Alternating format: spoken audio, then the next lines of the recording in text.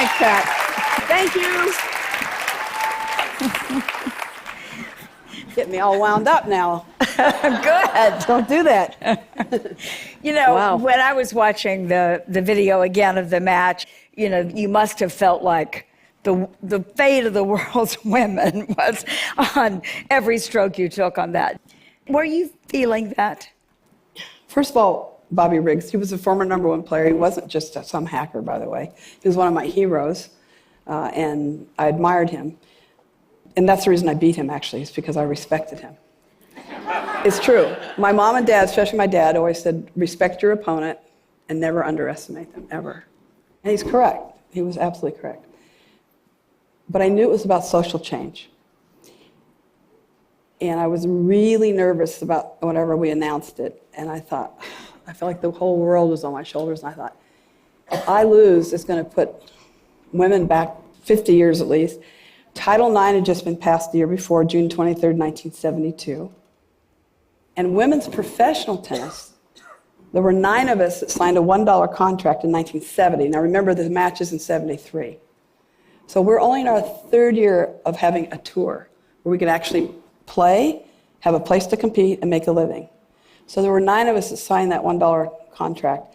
And our dream was for any girl born in any place in the world, if she were good enough, there'd be a place for her to compete and for us to make a living. Because before 1968, we made $14 a day, and we were under the control of organizations. So we really wanted to break away from that. But we knew it wasn't really about our generation so much.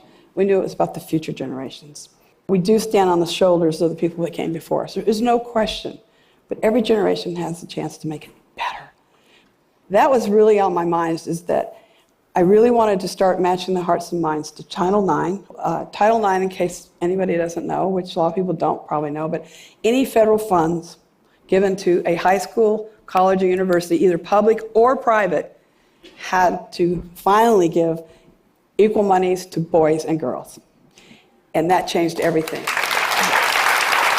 So you can have a law, but it's changing the hearts and minds to match up with it.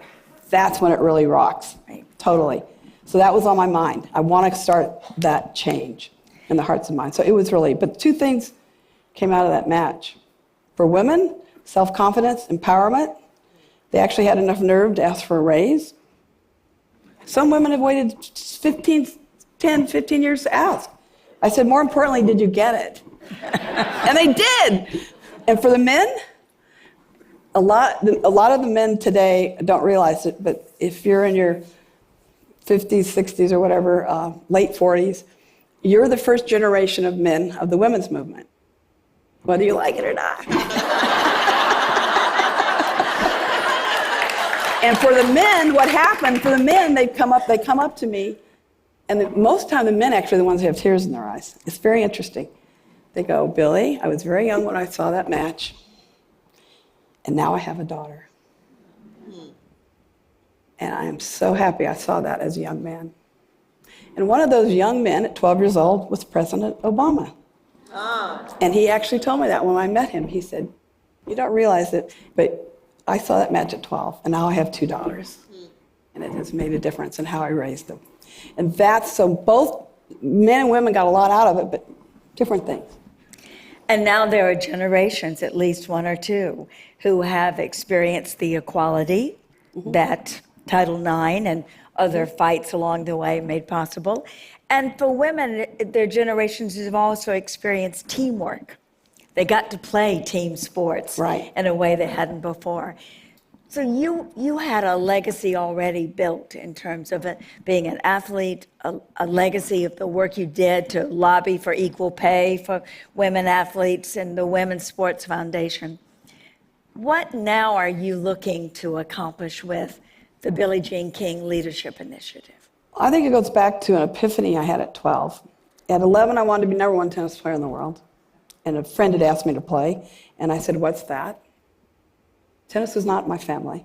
Basketball and other sports. Fast forward to 12 years old. And I'm finally starting to play in tournaments where you get a ranking, you know, at the end of the year you get some.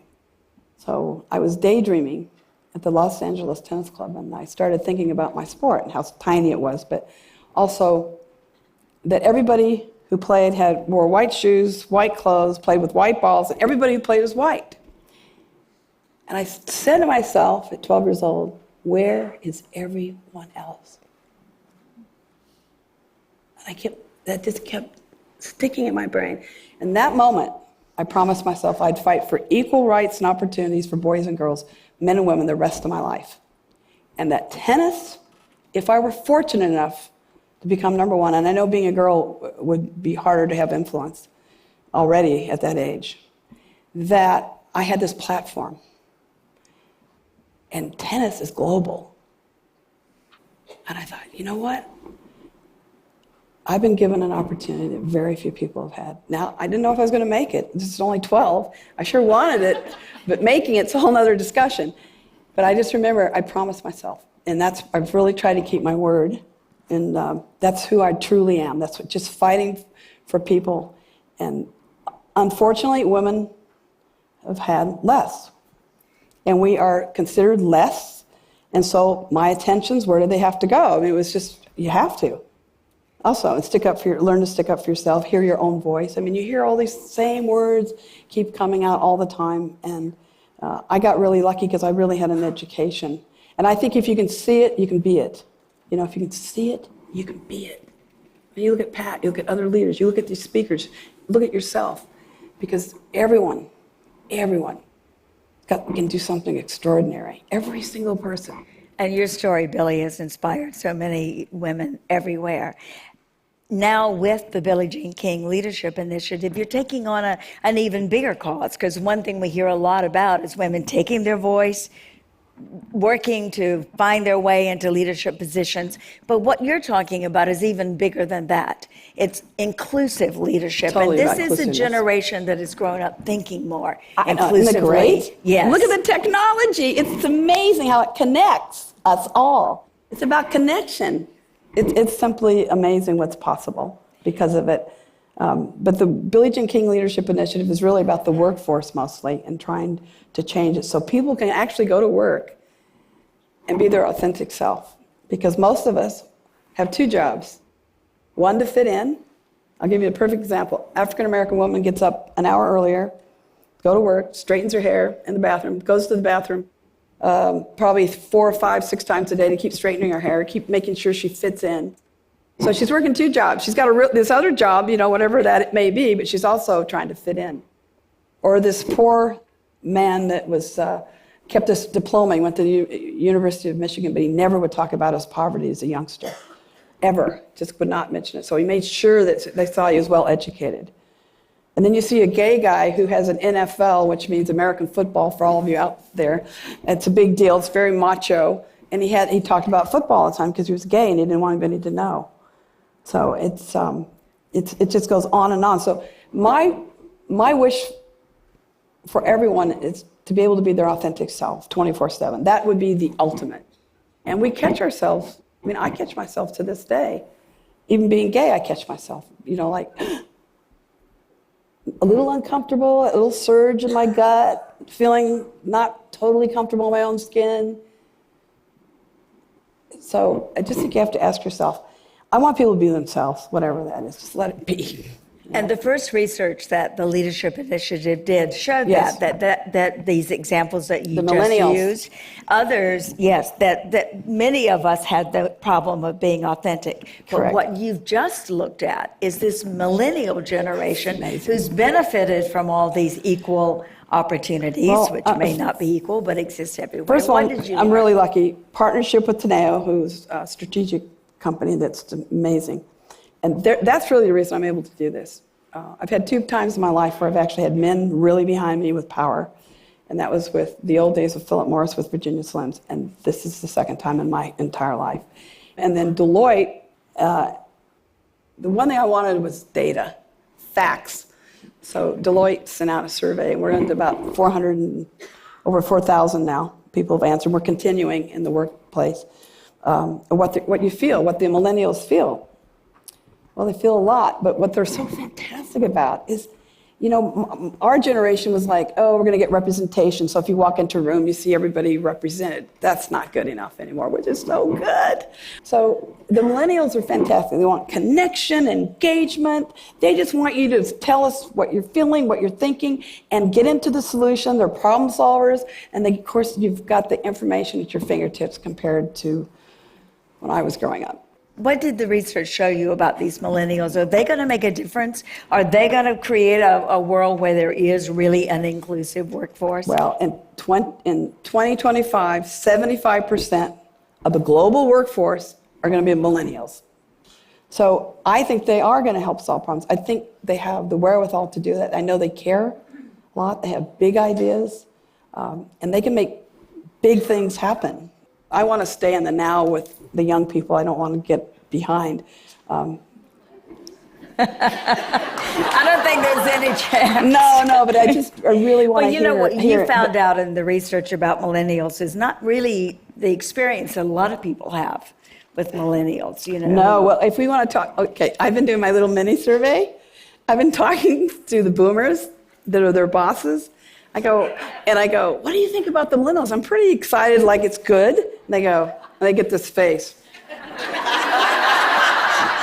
Oh, you mean the me generation? I said, you really think so? Because I do think they care about environment and all these things. And they go, oh, Billy.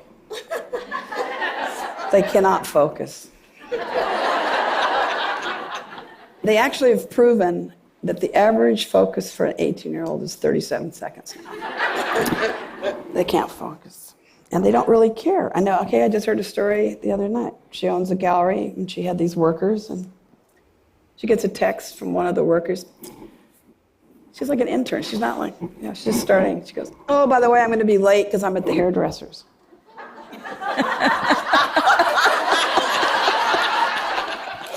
So she arrives, and this boss says, what's going on? She says, oh, I was late. Sorry, how's it going? She says, well, guess what? I'd like you to leave. You're finished. She goes, okay. No problem. Now, Billy, that story... I know, but that's what scares the boomers. I'm just telling you. So I think it's good for us to share. No, it is good for us to share because we're our authentic self and what we're really feeling. So we got to take it both ways, But I have great faith because I think if you've been in sports like I have, every generation gets better. It's a fact. With the Women's Sports Foundation being the advocates for Title IX still, because we're trying to keep protecting the law because it's a tenuous position, always. So we really are concerned, and we do a lot of research, so it's very important to us. And I want to hear from people. But we really have to protect what Title IX stands for worldwide. And you heard President Carter talk about how Title IX is protected. Yeah. Do you know that every single lawsuit that girls, at least in sports, have gone up against whatever institution, whatever, has won? Title IX is there to protect us, and it is amazing. But we still have to get the hearts and minds to match legislation is huge. So what gets you up every morning? What keeps you sustaining your work, sustaining the fight for equality, extending it, always exploring new areas, trying to find new ways to... Well, I always drove my parents crazy anyway, because I was always the curious one. I'm highly motivated. My younger brother, in case, was a Major League Baseball player. My poor parents did not care if we were any good. And we drove them crazy, because we pushed, we wanted to be the best. And I think it's because of what I'm hearing today at TED Talk. I think to listen to these different women, to listen to different people, to listen to President Carter.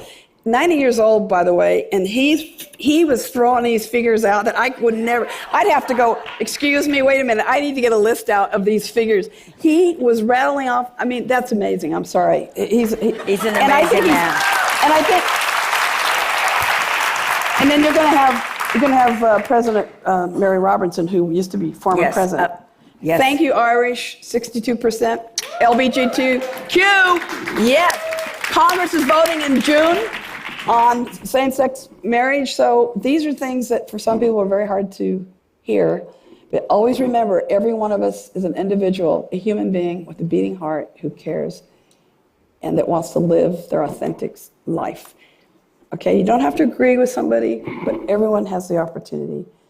And I think we all have an obligation to continue to keep moving the needle forward, always. And these people have been so inspiring. That's all. I mean, it's just everyone matters. And every one of you is an influencer. You out there listening, out there in the world, plus the people here, every single person's an influencer. Never, ever forget that. Okay, so don't ever give up on yourself. Billy, I'm you ready. have been an inspiration to Thanks, us. Pat. Sorry, I didn't go on. Thanks, Deb. Thanks a lot.